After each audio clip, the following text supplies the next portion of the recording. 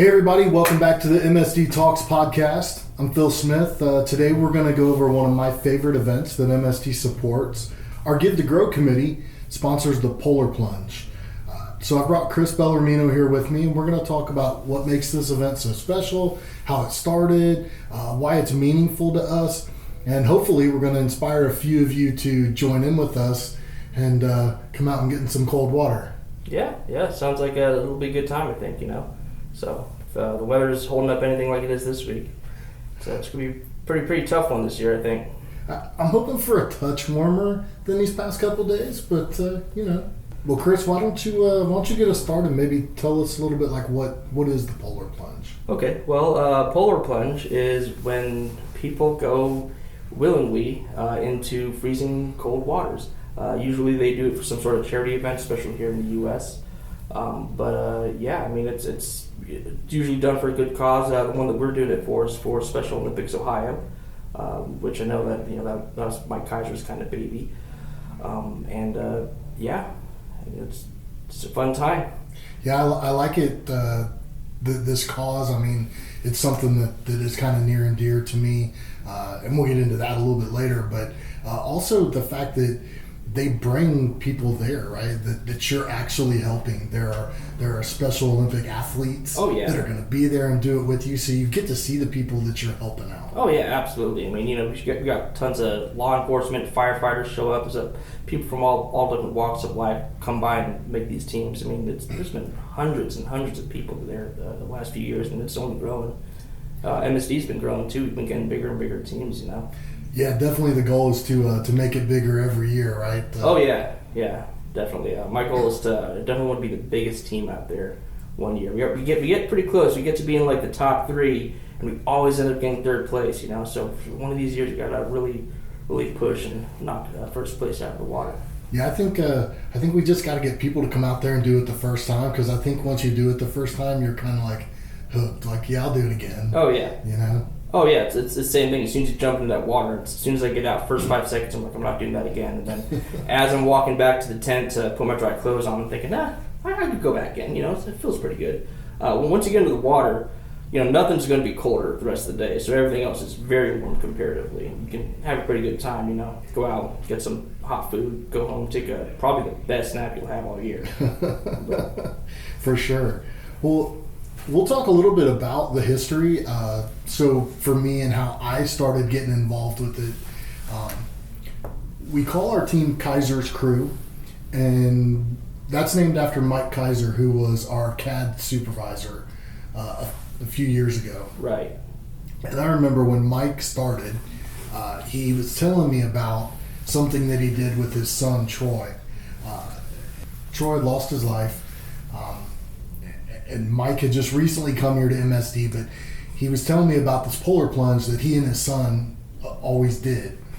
And I told him that first year, I said, man, I understand that's really personal, and if that's something that you just need to do, like, I'm here just to support you, but if you want someone to come in and do it with you, like, I'm here for that too.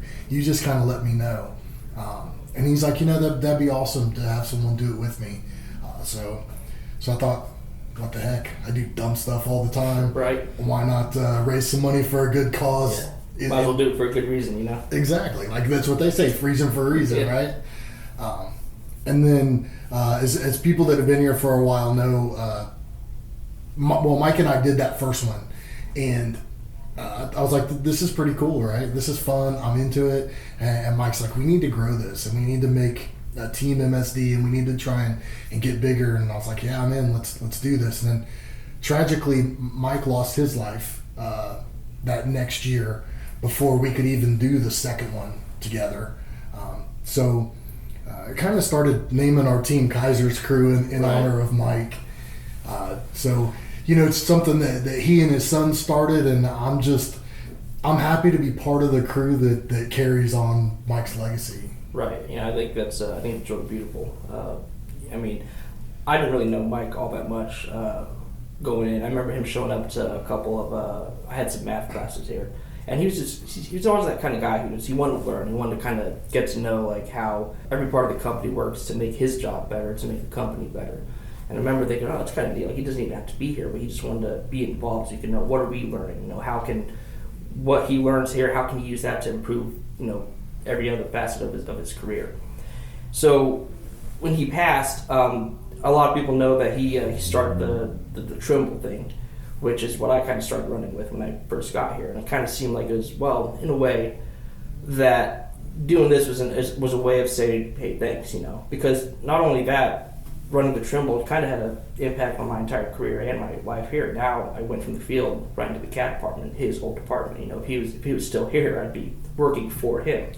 So it's kind of a weird, you know, kind of goes back to the beginning in a way. And it's a good way, I think, to kind of say thanks to him, even though he's long gone. You know. Yeah, it's while it was a huge loss for MSD, you know, it's really cool to be part of the team that keeps his legacy going on. Right. You know, and especially knowing his fourth son too. Right. So Chris, what's one of your favorite past experiences with the Polar Plunge? Well, my favorite one for sure has been last year. Last year the theme was 80s cartoons. So I went down to the thrift store and I got a couple some white sweatpants, some big oversized white shoes, and a white hat, and went down to the party store and I got some blue body paint and I dressed up as a Smurf that year. Got a pretty good kick out of it. Heard a lot of different jokes involving, oh, you're joining the Blue Man Group? Like, okay, yeah. But the real funny part about that was that body paint takes forever to get off. So as soon as I get into the pool, you can already start seeing this little pool of blue ink starting to form around me. I was like, okay, this is neat. But then right after that, you know, I tried to wipe off as much of it as I could with the towel. Wasn't all coming off. Okay, that's fine. My wife and I went to the restaurant afterwards, so they're all kind of giving me weird looks, like, what's this guy? Because it's running down my face, you know. It's not even like I'm a consistent blue anymore. It's just different random patches all around my face and everything. And it took about 2 days to get everything off. I mean, I was scrubbing Sunday night before I came into work. I'm just brushing everything with the sponge, trying to get this all off so that when I come in, I don't look completely foolish. But you should have come in complete blue, man. I should have, you know. I mean, it was for a good cause, and what are they going to say? You know? That was an awesome costume that you had. Yeah, last year I did Fred Flintstone for the 80s cartoon. And we've done a few different ones. So we did like 80s workout. And I had a Richard Simmons costume for that one. Yeah, big old wig and the kind of, like that flamboyant kind of workout costume that they used to wear back in the 80s. Yeah. Sweating to the oldies. Yeah, dude. We did, one year we did the Hawaiian theme, trying to generate some warmth. Oh yeah, that was, I was there for that year. I remember that, because I had on the lays, I had on like a Hawaiian shirt, and I put sunscreen on my nose, and ironically, that was the coldest year I've ever done it. I mean, you could not even see the sun. It was just complete overcast, you know. That's when I learned to bring flip-flops, because standing there barefooted was miserable. Yes, yeah. Once you do it a few times, you start to learn some of the tricks you can use to stay warm prior to it. Honestly, that's the worst part, is just waiting for the Polar Plunge. Everyone just kind of huddled around, the wind hitting you in the face, you know. I wear a bathrobe. It's easier to slip that on, you know, and then as soon as it's the right time to go, take that off, run in and run back. There you go for all you future plungers. There's a little tip from one of the experts. Yeah.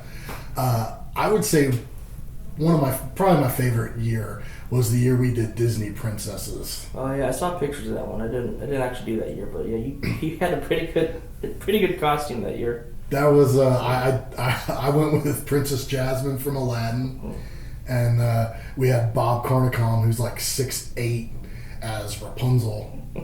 I think it was Rapunzel that he was, but it was kind of funny to see a bunch of guys out there with beards, right, in Disney princess costumes. Oh yeah, yeah. We were definitely the hit. All the little kids and stuff were laughing and had a good time with us.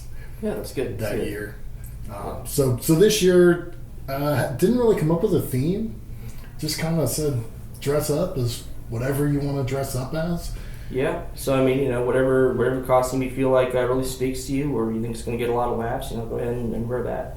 If you're really smart, you dress up as a deep sea winter diver, wearing a nice warm wetsuit. You can just say like, oh, that's part of my costume, you know. Yeah, you could be strategic with this, right? There you go. See, it's a lot of room for planning in this. Yeah, doesn't have to be a skimpy, thin outfit. Yeah. So when you look in your crystal ball into the future, like what do you see happening to Kaiser's crew and Team MSD there? I really see our team out there continuing to grow, and not just with members of the team going out there and actually going into the waters themselves, but bring your families, bring your friends, get other people in your life involved. I went and I sent a link to donate to a bunch of buddies from college. I sent it to a couple buddies I met back in high school.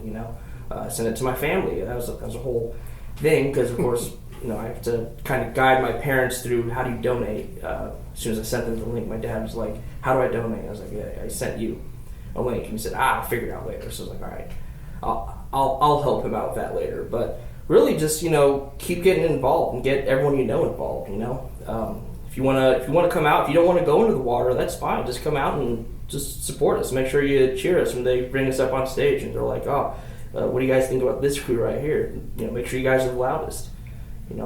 But yeah, I'm really hoping to see this become a bigger and bigger thing and to really grow. Yeah, that's a great point because a lot of the fun is all the family members that are there and having a good time, and the people that are too chicken to jump, but definitely want to come out and be part of the team and support. We love every aspect of anyone wanting to support us. Oh yeah. No, it's a real great event, and it's all for a good cause, and it's for a good person too who really started it. So yeah, for sure. Well, I think that's a wrap for today. Hopefully we gave you some insight into why the Polar Plunge means so much to us and why it's such a powerful part of our Give to Grow initiative. If you're interested in joining our team this year, check your email. It should be from me. There's a link in there where you can simply join the team, or you can donate, or whatever part you want to play in this. I definitely want to thank Chris for coming and being part of our podcast. Yeah, it's great. It's great being here. Awesome. And hope everybody stays warm out there, and hopefully we see a bunch of you coming out on February 1st.